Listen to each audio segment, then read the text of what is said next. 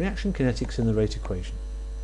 The rate of a chemical reaction is defined as the rate of change of concentration of a reactant or product. This can be given as an equation: rate equals change in concentration of A divided by change in time. There are some practical problems though that we need to overcome. It's not easy usually to measure directly the concentration of a particular component, particularly as it's changing. So what we do is we choose something else that can be related to the concentration. Also, the rate changes during the course of a chemical reaction, so to overcome this we try to measure the rate at the initial phase, the start of the chemical reaction, which is when we know the concentrations. As I said, instead of trying to measure the concentration directly, we can measure things such as gas volume, mass loss, if there's a gas produced, conductivity, colour absorption, pH, etc. There are many things that we can look at depending on the specific reaction. And as we know the concentration of the reactants, at the beginning we measure the initial rate, that's the rate at time equals 0. And we can do this from graphical methods using the tangent to the curve of concentration against time. We take this for time equals 0, the tangent, measure the gradient, which is the difference in x, so difference in y divided by the difference in x, and that then gives us the value for the rate of the reaction at time equals 0, the initial rate. If we choose reaction conditions that give a relatively steady rate over the initial phase, then the gradient will be relatively straight. Now the gradient has to be straight, the curve will be relatively straight over the initial phase, and that will give us a more secure gradient. We can also choose to measure the average rate over a predetermined phase of the reaction. This is how clock reactions work. So, we're going to derive a rate equation. This rate equation will tell us how the rate depends upon the concentration of the reactants. There are three possibilities. One, that it's not affected at all by the concentration. Two, that it's directly proportional. Or three, that there's some other relationship.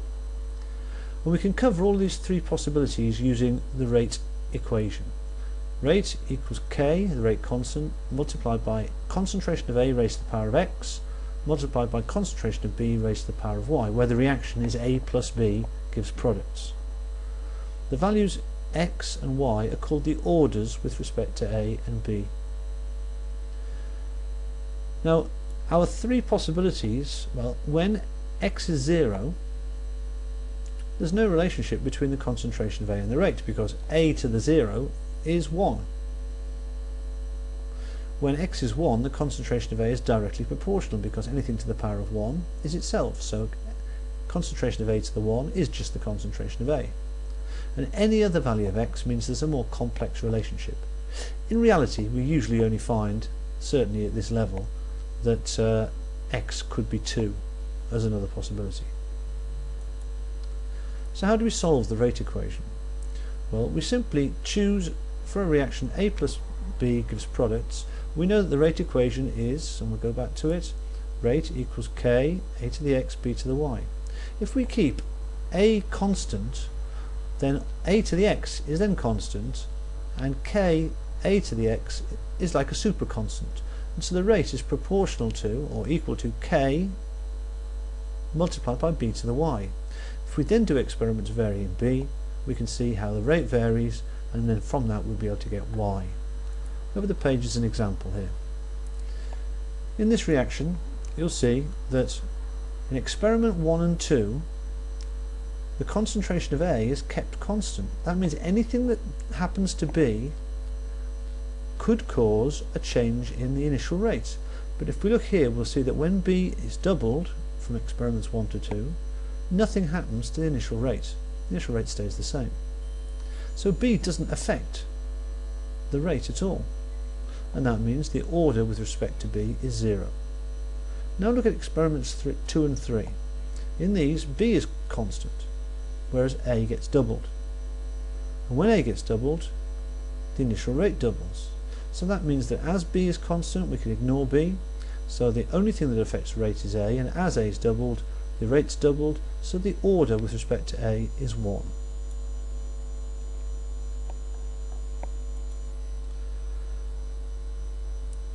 So what do we do with the rate constant? Well, once we have all of the orders of reaction, we just substitute these into the rate equation.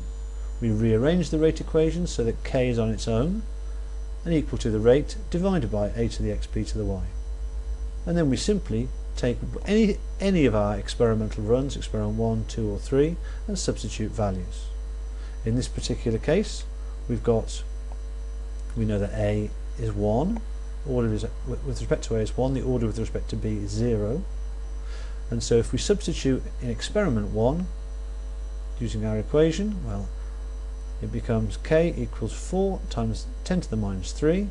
Remember, we can discount b because b to the y is 1, so it's rate divided by the concentration of a, so k is equal to 2 times 10 to the minus 1 seconds to the minus 1.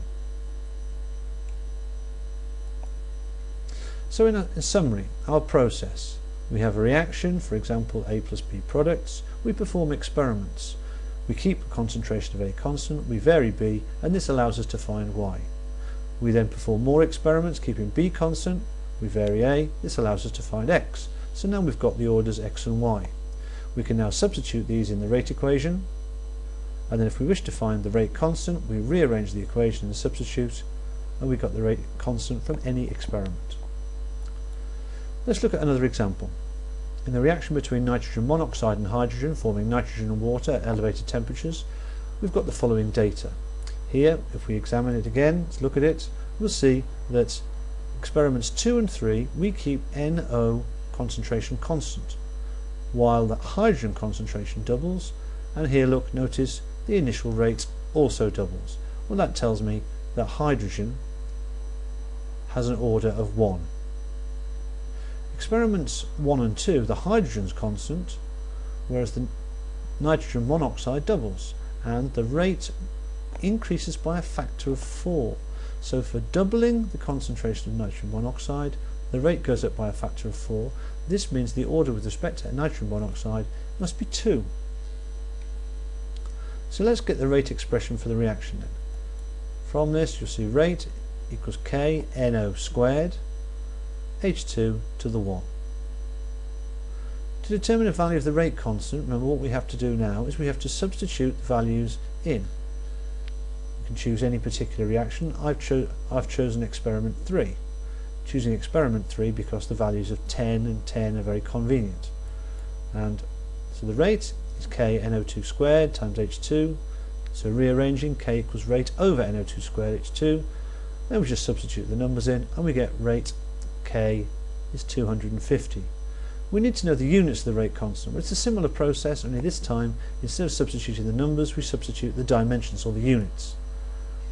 The rate is k NO2 squared H2, so that k is rate over NO2 squared, so NO squared H2. Substituting in the units, moles per litre per second over mole cubed dm minus 9, cancel down, and that gives k is dm6 mole minus 2 seconds to the minus 1.